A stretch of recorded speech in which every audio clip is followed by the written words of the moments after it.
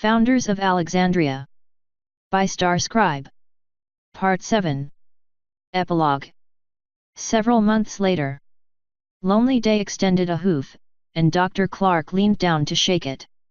The shackles made it difficult to lift the hoof to any meaningful angle, but she did her best. Human fingers felt warm and strange, like little squishy spiders. They had no analog in her life anymore, even if she had possessed some of her own over a year ago. Before everything had fallen apart, and the dream of human society ended. He towered over her, a sturdy man with slowly graying hair. He wore a uniform, like every other human she had seen in Raven. His was less a technician's jumpsuit and closer to something a naval officer might wear, big sleeves and medals. She sometimes wondered what those medals were. So far as she knew, Dr. Clark hadn't ever served in any military. "I was told you had something to show me, Doctor." She gestured vaguely over her shoulder, at the automated carts filled with pre-event electronics, still in their boxes. "The change in shipment requests. Don't get me wrong, the scouting teams love it. Flying around the country in the Hummingbird, raiding electronics stores. They told me it was like a shopping spree. Not sure why it would be more important than food, though. Of course." He gestured to the massive elevator, the one that formed the center of Raven City's core. "Come with me." She followed him inside with clanking footsteps, and barely made it before the doors closed on her tail. It was amazing how much she relied on the magic of her race, without even knowing it. When it was stolen from her, even willingly, she felt as helpless as a filly. She supposed that was probably because she almost was. This elevator wasn't for cargo, it was only big enough for passengers, and as such had been built out of a large curved piece of glass, which gave her a panoramic view of Raven City as it began to descend. The upper levels were built to the height of pre-event engineering, mostly surfaces of polished stainless steel or concrete. Whatever Raven Rock had looked like before humanity had been warned of the approach of atomic radiation and the collapse that would follow, she doubted any of that original structure had survived. It had been entirely stripped and expanded, filling in every gap that the perfectly spherical shield at the center could protect. Day knew they had been able to expand as a result of their alliance with the ponies outside, with ponies doing most of the scavenging instead of humans. Less energy spent on shields outside meant a larger and larger area could be protected inside. As the elevator descended, she watched emitters flick on automatically, expanding protection to these areas while simultaneously scouring the area of any latent magic that had radiated inside. Instead of smooth metal, the floors here were bare rock, and only robots moved. As they passed, automatic lights came to life, then faded again, creating a strange flashing strobe all around the elevator. "I have discussed our situation before." She nodded. "As we've discussed, it is completely untenable. Even with half your town and a dozen others running salvage operations for us. Even with thousands of tons of pre-collapse hardware piling up in warehouses upstairs. Even with the food you provide us. I know. Your MHS is a miracle, but it still takes raw materials. You can't recycle the same components forever. Things break down." "Things break down," Clark agreed, as the elevator came to an abrupt stop. Like everything in Raven City, the elevator was built using the MHS, or Modular Hardware System. Its few thousand separate components were like structural Legos, combining into guns as easily as they made water purifiers or computers. She understood a number of pre-collapse corporations had been very close to releasing the first models, only a year or so after the date of the collapse. A pity they never would. When you live in conditions like ours, hardware failure and death are the same thing. He stepped out through the doorway. Rows of lights came on with regular clicks, illuminating a vast space all around the elevator. It was largely bare rock, though a walkway had been placed atop it leading out, and he walked along it. Alex set off after him, even though the rough grip of the metal stung the more sensitive parts of her hoof with every step. Pity she hadn't worn horseshoes. "When I was given this assignment, I was given a single directive above all others. You can guess what it was. I was chosen for my vision, Lonely Day. I was instructed that the period just following the collapse would be the most critical for human survival. We have opportunities, all fading with each day. More than that spell we might figure out one day. The one that makes it so humans can live outside the shields. He stopped walking, frowning suddenly. How much progress have your unicorns made in a year? She didn't blush, but her ears flattened on her head. Not much. Not any, but she wasn't about to say that. It wasn't as though she had expected to make any headway, though. Equestria itself, a country practically operated by magic, had tried that first and failed. It wasn't as though they were going to do better with just a few ponies, in less time. Precisely. The lights behind them clicked off, though the path ahead remained clear. She could hear the quiet whirring of electronics, metal grinding and sparking, pneumatics, in the near distance. The cavern had changed too, from regular tool marks to a ceiling getting higher and higher. Natural formations glinted in the distance, distant stalactites and pools of crystal water. Humanity cannot depend on your ponies for its long-term survival. We are still grateful for your help, and we will continue to work with you as long as possible. But our time is limited. The key, more than resources, is knowledge. An industrial nation depends on the work of many specialists, each devoting their entire life to a single, specific discipline. Globalism meant that few nations actually had the resources to be truly self-sufficient. We must not just function with a population smaller than a medieval village, we must maintain sophisticated technology in the face of death if even some small part of it collapses. He slowed a little, as they neared the source of the noise.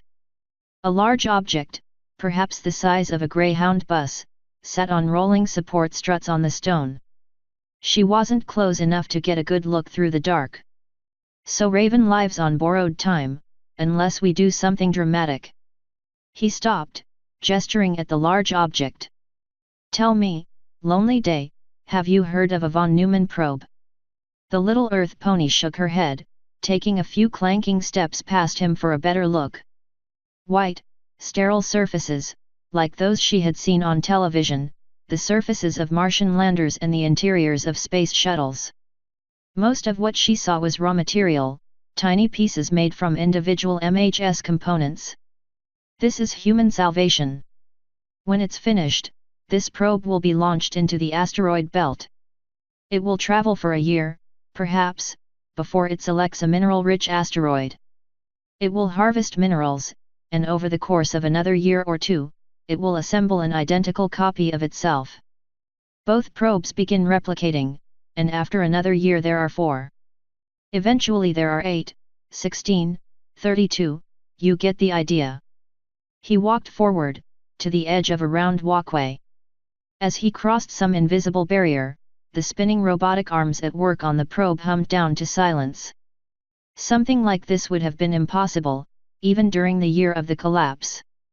Not anymore. He reached out, to where the blue and white logo of Earth itself had been painted. This design uses only 16 elements, in less than 100 simple compounds. All can be found in abundance in the solar system.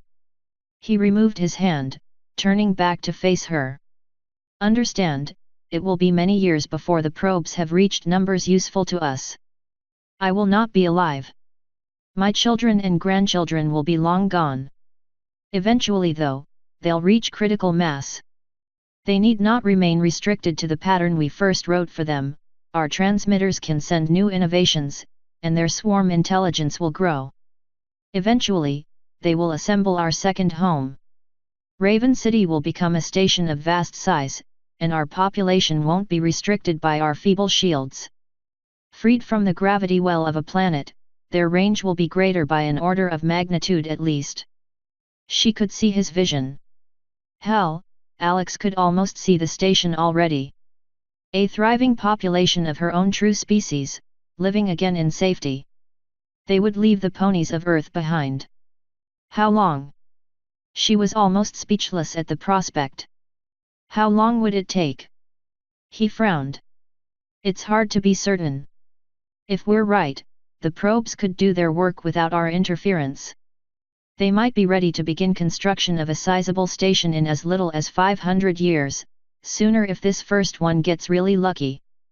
But we're missing certain, critical technologies. Nuclear fusion will be essential, and we aren't quite there.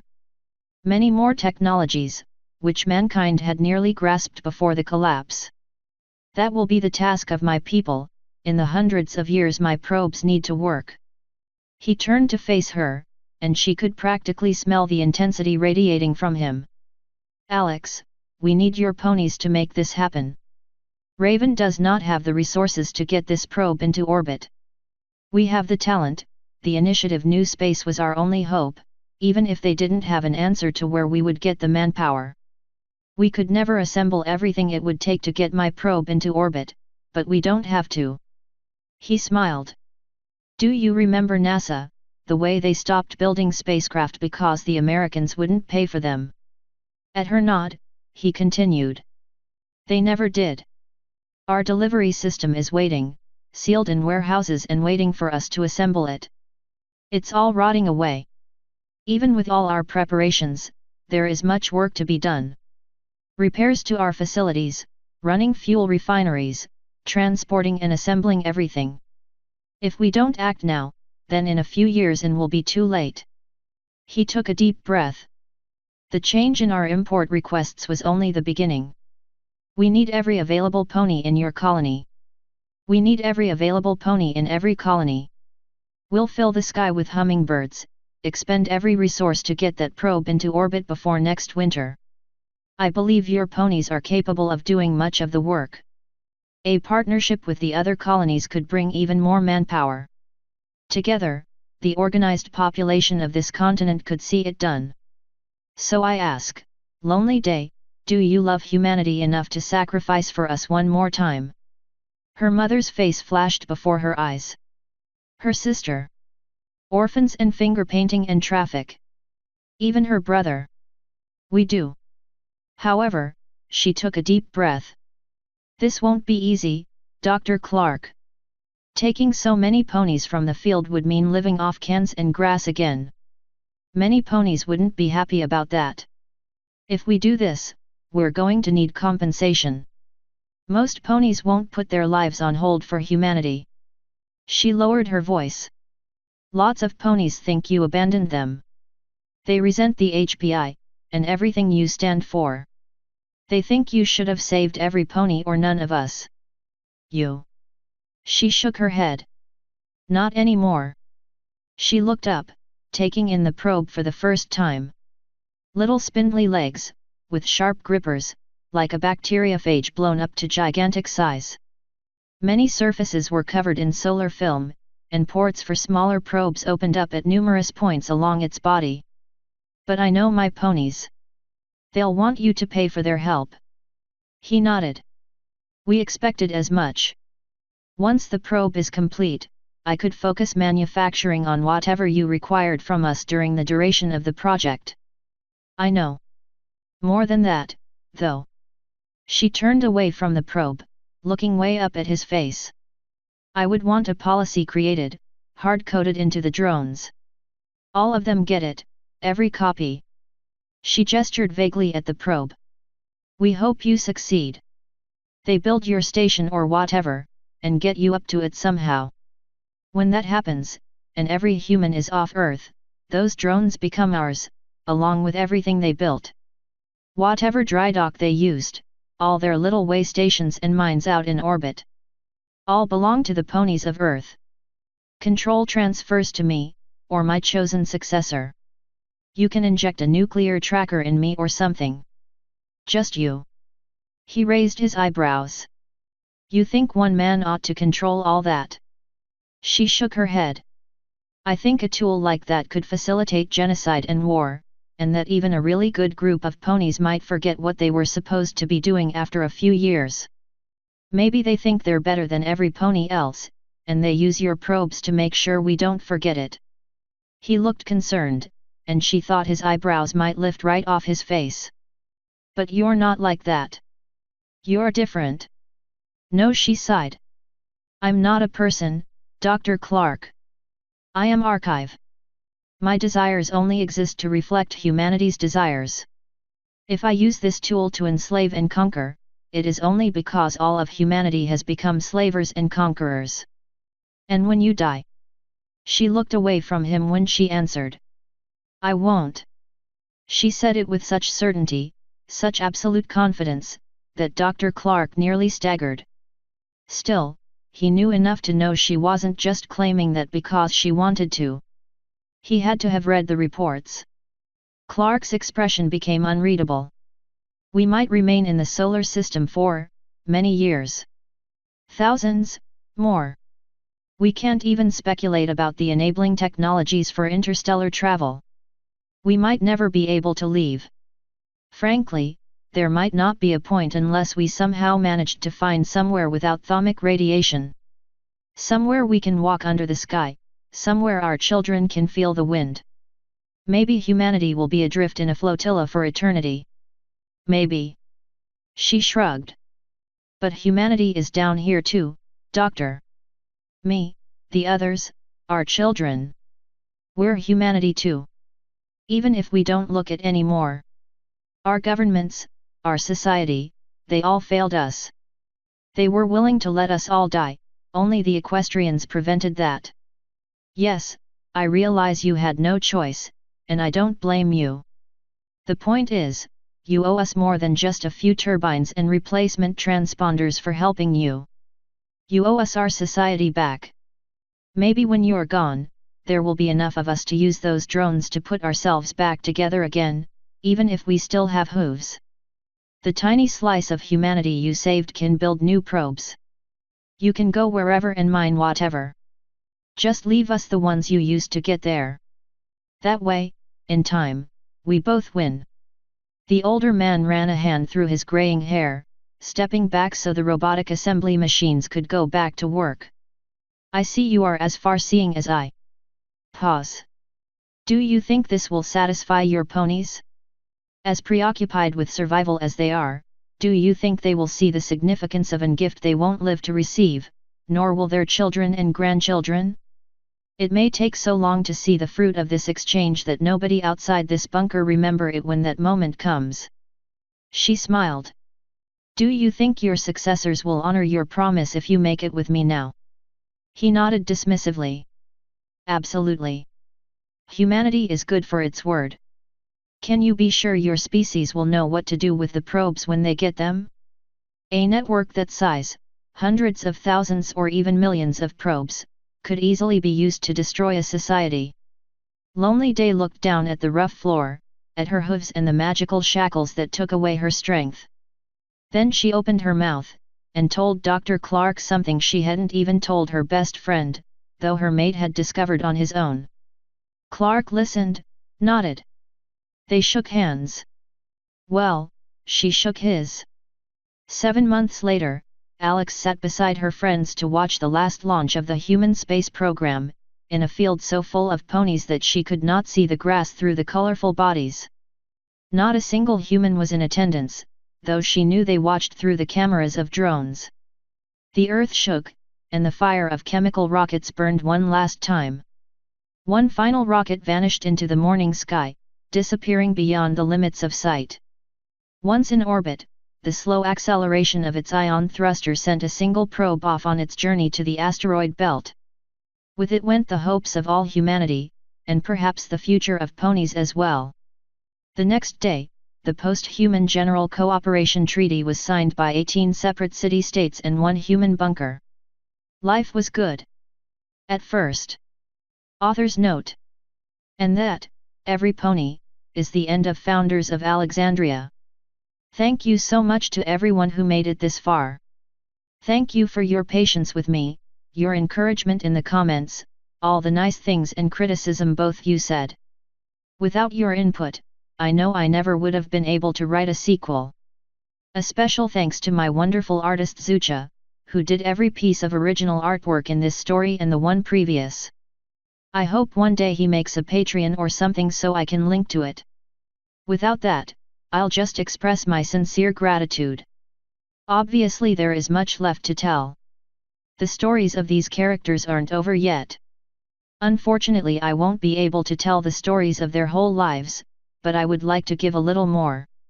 If everything goes according to plan, I will publish the third and final installment of this series on September 19, 2015. Sadly, I won't be able to update daily anymore now that I'm in school, but I will continue a regular update schedule of some kind until the story's finished. Desperate for something else to do? The community has a very active Skype chat room open to all readers. Visit this group forum page for instructions on how to do that. And for those who don't, it's been a fantastic ride so far, and I hope to see you again on the 19th. End author's note.